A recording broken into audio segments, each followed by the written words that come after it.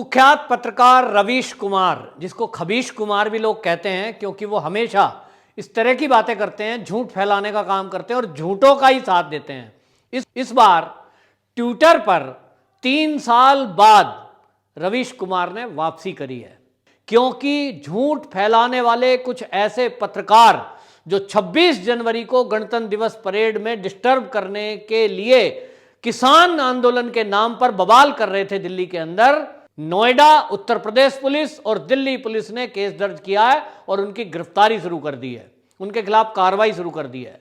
तो रवीश कुमार बौखला गए। अब उनको लगता है कि अगर ये पत्रकार पकड़े गए और मैं नहीं बोला तो मेरा नंबर भी आएगा। आप खबर चला रहे हैं, प्राइम टाइम पे बैठ करके आप रो रहे हैं, रो बेटा रो, कितना रो सकते हो, लेकिन आपकी पोल पट्टी जो खुली है अब कुछ होने वाला नहीं है। रवीश कुमार, अब आपकी ये जो मंडली है, इस सब मंडली पे अब डंडा चलेगा।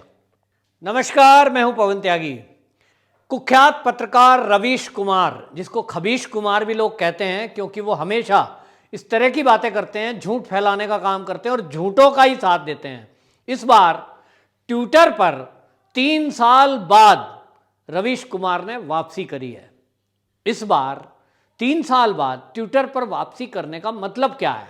तो मतलब समझ में आया कि अब वो इसलिए वापसी करी है उन्होंने क्योंकि झूठ फैलाने वाले कुछ ऐसे पत्रकार जो 26 जनवरी को गणतंत्र दिवस परेड में डिस्टर्ब करने के लिए किसान आंदोलन के नाम पर बवाल कर रहे थे दिल्ली के अंदर, उस झूठ को फैलाने के लिए जो पत्रकारों के खिलाफ नोएडा उत्तर प्रदेश पुलिस और दिल्ली पुलिस ने केस दर्ज किया है और उनकी गिरफ्तारी शुरू कर दी है, उनके खिलाफ कार्रवाई शुरू कर दी है। तो रवीश कुमार बौखला गए। अब उनको लगता है कि अगर ये पत्रकार पकड़े गए और मैं नहीं बोला तो मेरा नंबर भी आएगा, लेकिन वो भूल जाते हैं कि जब इस देश में ही रिपब्लिक भारत के अर्नब गोस्वामी को नकली टीआरपी, फर्जी टीआरपी, फर्जी केस में पकड़ा जाता है, तो यही रवीश कुमार मंद मंद टीवी पर बैठकर मुस्कुरा रहे थे और बोल रहे थे कि फर्जीवाड़ा करने वाले पत्रकार पकड़े जा रहे हैं। तब हंस रहे थे और आज ये रो रहे हैं। क्यों?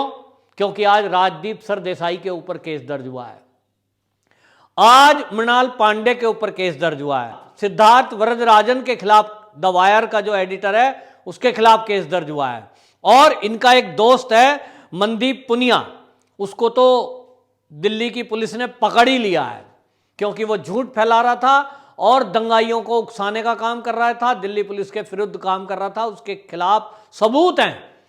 तब ये रवीश कुमार अपने ट्विटर हैंडल से एक चिट्ठी लिखते हैं पूरी, जेलर साहब, आपकी जेल में कुछ लोग बंद हैं, आपके बच्चे अब पत्रकार बनने को आप मना करोगे, और क्या क्या अनाप शनाप ये लिख रहा है। पूरी दुनिया में ये बताने की कोशिश कर रहा है कि दिल्ली की पुलिस जिन वहशी दरिंदों को पकड़ करके जेल में जिसने डाला है, क्योंकि उन्होंने 300 से अधिक पुलिस कर्मियों पे हमला किया है, तिरंगे का अपमान किया है, और ऐसे लोगों का यदि कोई साथ देता है, ऐसे लोगों के फेवर में यदि कोई खबर चलाता है, यदि ऐसे लोगों को कोई निर्दोष बताता है, यदि ऐसे लोगों को कोई उकसाने का काम करता है, तो भले ही वो पत्रकार क्यों ना हो, फिर वो पत्रकार नहीं है, वो देशद्रोही है। और देशद्रोही को सजा देना ये कानून का काम है। तो दिल्ली पुलिस कानून के दायरे में काम कर रही है और ऐसे कुख्यात पत्रकार, अपराधी प्रवृत्ति के पत्रकारों को पकड़ धकड़ कर रही है, जिस पर रवीश कुमार बौखला गए। रवीश कुमार ट्वीट करते हुए कहते हैं, जेल की दीवारें आजाद दीवारों से आवाज आजाद जेल की दीवारें आजाद आवाजों से ऊंची नहीं हो सकती। जो अभिव्यक्ति की आजादी पर पहरा लगाना चाहते हैं वो देश को जेल में बदलना चाहते हैं। ये रवीश कुमार ट्वीट करता है। क्यों? क्या देश को जेल में बदला जा रहा है? अगर दंगाई जिन्होंने तिरंगे का अपमान किया, जिन्होंने देश की धरोहर लाल किले को खंड खंड करने की कोशिश की और वहां तोड़फोड़ की, जिन्होंने पुलिस कर्मियों को ऑन ड्यूटी लहूलुहान कर दिया, कई को तो आईसीयू में भर्ती हैं, इतना गंभीर घायल कर दिया, उसके लिए आप उनको निर्दोष बताएं और आप झूठ फैलाएं कि बीजेपी के लोग थे, पुलिस मिली हुई थी, लाल किले में क्यों घुसने दिया, इस तरह की बातें करेंगे, तब क्या उनको नहीं पकड़ा जाए? क्या ये भारत के अंदर अगर 10-20 पत्रकार जो झूठ फैलाने वाले हैं, राजदीप देसाई जैसे पत्रकार जो नाम के पत्रकार हैं, करता झूठ फैलाने का काम है, और इसी तरह आपको बताऊं सिद्धार्थ वरदराजन जो है ये द वायर का किस तरह का ये एक कृत्य करता है, जो कि आतंकवादी कृत्य है कि आप किसी की मौत को फेक न्यूज चलाते हैं और ये कहते हैं कि पुलिस की गोली से मारा गया। आपने तो ये भी बता दिया कि वो परिवार वाले कह रहे हैं। उल्टा सीधा कुछ भी फैलाओगे आप तो आपकी मंशा समझ में आती है। मंशा आखिर ये है कि जो दिल्ली में हो रहा है वो पूरे देश में हो जाए, पूरे देश में दंगे हों, पूरे देश में बवाल हों, और ऐसे लोगों का रवीश कुमार पक्षधर बन जाता है। तब आप कहां गए थे रवीश कुमार जी? जब अर्नब गोस्वामी को पकड़ा गया था तब तो आपकी मुंह से मुंह सिल गया था, तब नहीं बोलोगे क्योंकि वो एक देश का सच्चा पत्रकार था। रिपब्लिक चैनल एक देशभक्त चैनल है, उसके बारे में आप नहीं बोलोगे। झूठे पत्रकारों को बचाने के लिए बोलोगे क्योंकि आप झूठ आपको सूट करता है।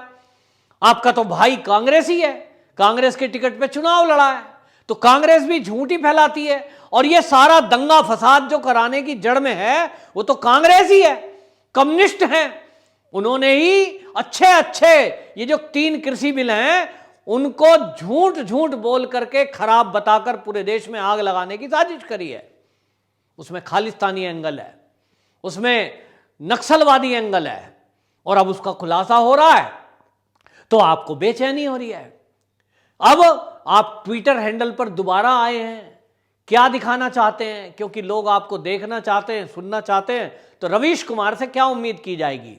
एक ही उम्मीद की जाएगी कि देश के टुकड़े टुकड़े गैंग का साथ दोगे। आप तो उन्हीं की भाषा बोलोगे, उनके ही फेवर में आओगे, देशभक्त पत्रकारों के बारे में नहीं बोलोगे आप। तो जानते हम एक मंडली है, पूरा एक गैंग कहें उसे, गैंग है।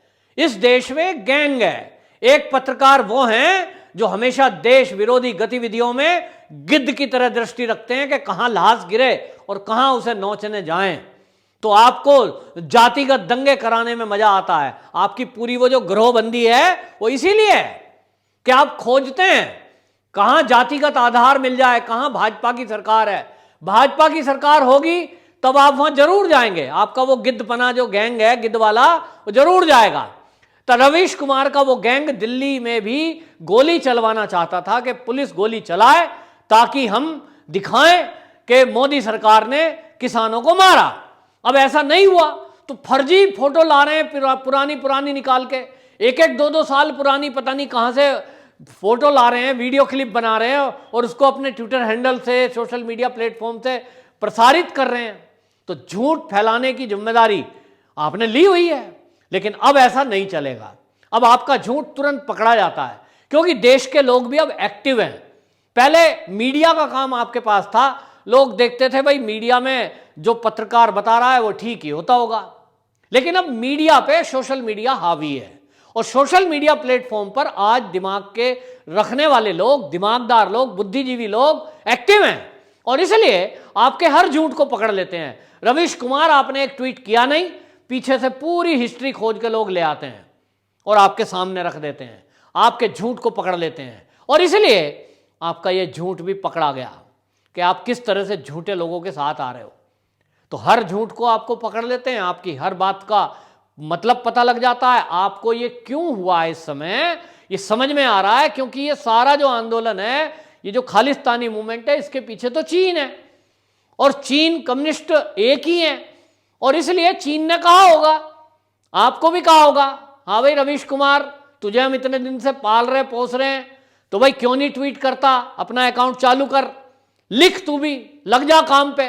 तो तुम लग गए काम पे क्योंकि तुम अपनी मर्जी से तो चलते नहीं हो, तुम्हारा आका चीन है, चीन जो कहेगा वो खबर दिखाओगे, चीन जो कहेगा वही आप लिखोगे। तो ये काम आप कर रहे हो और अब कांग्रेस भी चीन से मिली हुई है, समझौता है भाई 2008 में हुआ है, तो अब तो चीन का कांग्रेस से समझौता है। एक तरह से कहें तो भारत के अंदर कम्युनिस्ट और कांग्रेस मिल गए हैं।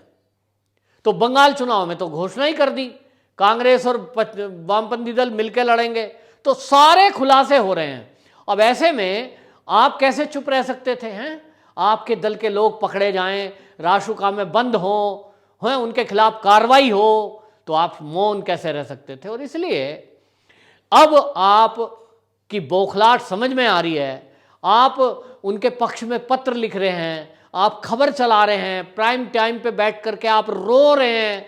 रो बेटा रो, कितना रो सकते हो, लेकिन आपकी पोल पट्टी जो खुली है, अब कुछ होने वाला नहीं है। रवीश कुमार, अब आपकी ये जो मंडली है, इस सब मंडली पे अब डंडा चलेगा और ऐसे पत्रकारों को सजा मिलेगी, क्योंकि अब सरकार ने ये तय कर दिया। अब सरकार वो वाली सरकारें नहीं है पहली, अब केंद्र में मोदी जी हैं और गृह मंत्री अमित शाह हैं, जो पहले तो छेड़ता नहीं कि भाई ठीक है करने दो इन्हें, अपने आप अकल आ जाएगी, लेकिन अगर छेड़ दिया तो छोड़ता नहीं। और अब अमित शाह आपको अब दिखाई देगा एक्शन, क्योंकि आपने तो हद कर दी ना, आपने दिखा दिया कि हम सब एक हैं, मंडली एक है, टुकड़ा टुकड़ा गैंग हो, तो आप सब पत्रकार जो है लुटियन जोन का ये पत्रकार, ये सारी जो मंडली है, आखिरकार कब तक कोई सरकार सहन करेगी? आपने मोदी को गाली दी, चलेगा, आपने अमित शाह को गाली दी, चलेगा, आप भाजपा की सरकारों को कोसो, चलेगा, आप साजिश में शामिल हो जाओ, ये भी चलेगा, लेकिन आप तिरंगे के अपमान करने वालों के साथ शामिल हो जाओ, इस देश में बिल्कुल नहीं चलेगा। ना ये सरकार सहेगी, ना इस बात को अब जनता सहेगी। और आप ऐसे लोगों का पक्ष ले रहे हो, बेशर्मी के साथ ये कह रहे हो कि ये किसानों की गलती नहीं है, किसान तो अपने तय रूट पे थे, शांतिपूर्वक थे, ये तो पुलिस ने भड़काया है, पुलिस की मिली भगत थी, पुलिस ही उनको ले गई लाल किले में और गेट खोल दिए और फिर तोड़ फोड़ को कहा, और पुलिस ने ही कहा कि हमें उठा उठा के खाई में पटक दो, हमारे ऊपर तलवारों से हमले करो। वाह भाई वाह। तो रवीश कुमार एंड पार्टी, आपका जो ये गिरोह है, अब इस गिरोह की खैर नहीं। दिल्ली पुलिस ने रासुका की धाराओं में केस दर्ज किया है, एविडेंस जुटा लिए गए हैं, बहुत सारे एविडेंस जुटाए जाएंगे। 5000 के करीब जो video footage special cell Delhi police के पास गई हैं, उसमें उन पत्रकारों की भी कुंडली खंगाली जा रही है जो सोशल मीडिया प्लेटफॉर्म पर उन पत्रकारों ने फैलाया। 200 ऐसे व्हाट्सएप अकाउंट खंगाले जा रहे हैं जिसमें ये पत्रकारों की कुंडली खंगाली जा रही है। पत्रकारों के बारे में मनदीप पुनिया जैसे पत्रकार, राजदीप सरदेसाई जैसे पत्रकार, आपके गैंग के लोग, इन्होंने क्या क्या ट्वीट किया, क्या क्या मैसेज किया, किस किस से बात की, सारी कुंडली खंगाल कर कोर्ट के सामने पेश की जाएगी। हो सकता है कि कोई पत्रकार आपका भी नाम ले दे और आपका भी कोई एंगल निकल जाए, इसलिए शायद आप भी डर रहे हैं और इसलिए आपको लग रहा है कि मंडली का साथ देने का टाइम है, अभी मंडली का साथ दें। मंडली ना कहें, मैं इसे कहूंगा गिरोह। तो आप गिरोह बंदी है, अब ये गिरोह जेल के अंदर होगा। हद हो गई, सुनते सुनते कान पक गए हमारे, और आप देशभक्ति की बात तो करते ही नहीं है, देश को तोड़ने वाली बात करते हो, तो इसलिए अब एक्शन होने जा रहा है।